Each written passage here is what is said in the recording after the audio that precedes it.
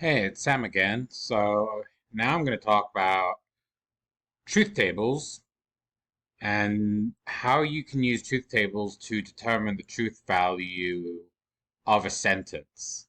Okay, so I have three examples here, and this should demonstrate exactly how you set up a truth table. So the first thing I would point out is that on the left side of a truth table, we have an index of the truth values of all the different symbols in the sentence that we're trying to solve, right? So the first sentence is ants like squid and ants do not like squid.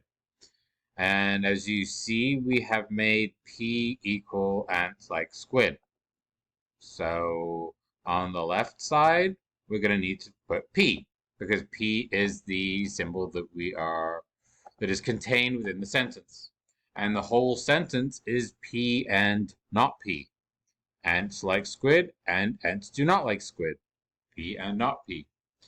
So what we want to do to solve this using a truth table is in each row of the truth table, okay, you see here P is true, and in the next row, P is false, right?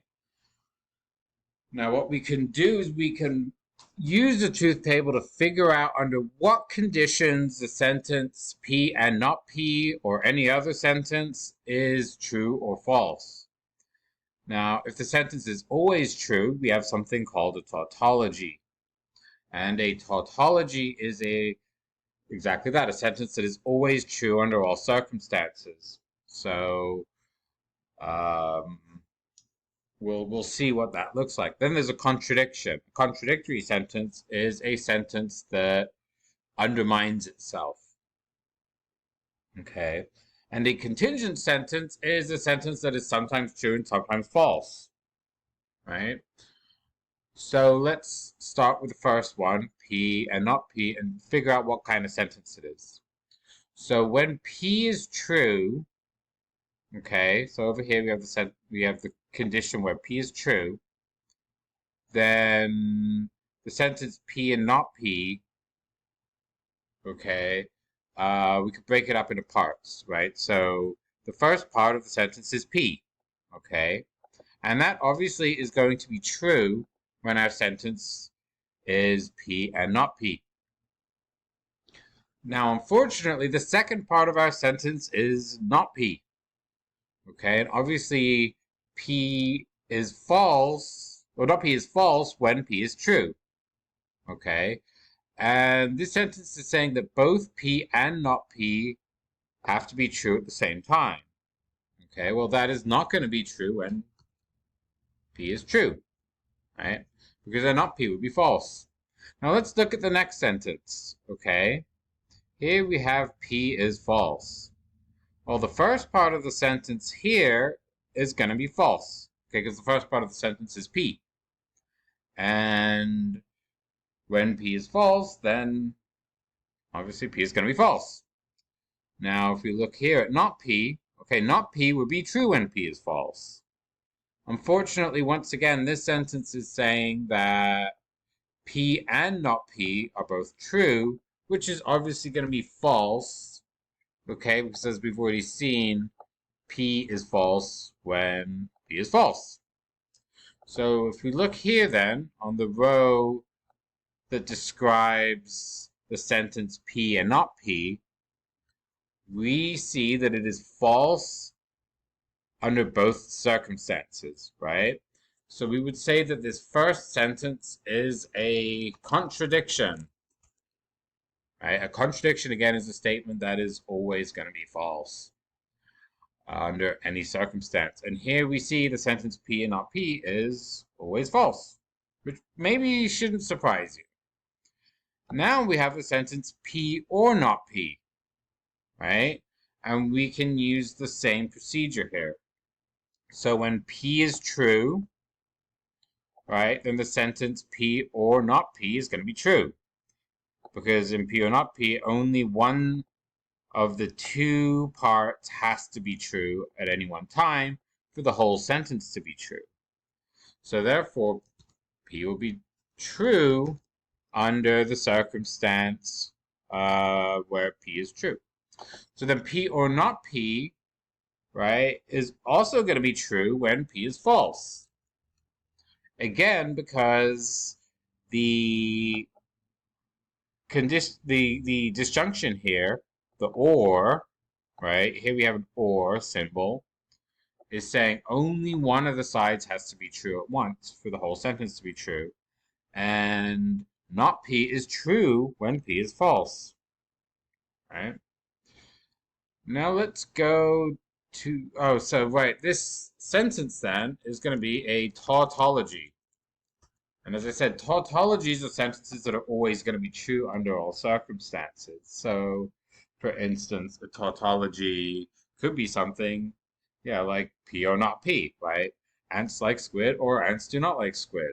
Okay, it is day or it is night, right? It has to be either day or night, unless you're a smart aleck and you want to say that it's twilight, ignoring the possibility that it's twilight, right? It's either day or night. So the sentence, it's either day or night, is always going to be true no matter what, right? It's rainy or not rainy is always going to be true no matter what. Anytime there's two possible options and you have a disjunction of both of them, the statement's always going to be a tautology. Okay. And then the final sentence, if P then Q,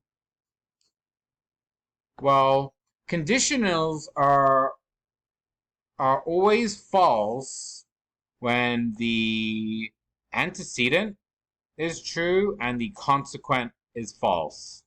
Okay? And the antecedent is P and the consequent is Q. And it turns out that in the second row, we see P is true and Q is false. Well, there the antecedent is true and the consequent is false. So we would say that the conditional is false. So if ants like squid, then beetles like snails. That is false when ants do like squid and beetles do not like snails. Right? In all other cases, the conditional is true. In this sense, the sentence is sometimes true and sometimes false. And under these circumstances, we call this type of sentence a conditional sentence, that it is sometimes true and sometimes false. So those are the three kinds of sentences. All sentences are one of these. Most sentences are conditionals. Okay, so if I say, for instance, it is raining outside right now, that is a conditional statement.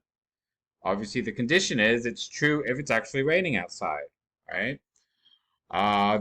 We don't use tautologies that often because tautologies are usually meaningless, right? Because they're always true. So let me give you an example, right? Well, I might say you could either try or not try, right? It's a simple tautology. It doesn't really mean anything. I could say it's day or night, right? Again, it doesn't really mean anything. I could say, like a lot of cliches are going to be tautologies, right?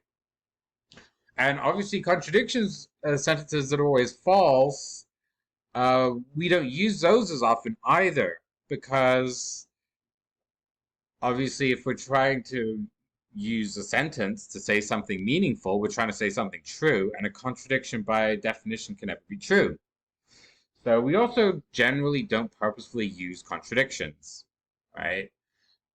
So any sentence that you see which is a contradiction also is probably going to be a bad sentence, right? It's the only people who might say contradictions, for instance, might be the Mad Hatter in Alice in Wonderland, right? Because he's this absurd character who would use such sentences. So most sentences are going to be the third type, but these truth tables are still useful to tell you under which conditions the sentences are true and under which conditions they're false. It is probably important if you're going to do symbolic logic to memorize all the different possible logical relationships that you have between the first part and second part of any sentence, just because it will make truth tables easier. But we will go over that another time. Thank you.